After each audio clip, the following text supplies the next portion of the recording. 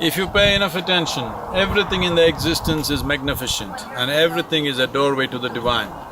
Here we are today at Jackson Hole, the Wildlife Museum near Grand Teton, magnificent place, one of the most pristine national parks in United States, or you can say in the world, in many different ways. Absolutely. It reminds me of the Tibetan plateau, and this is an absolutely fantastic, nature at its best kind of place.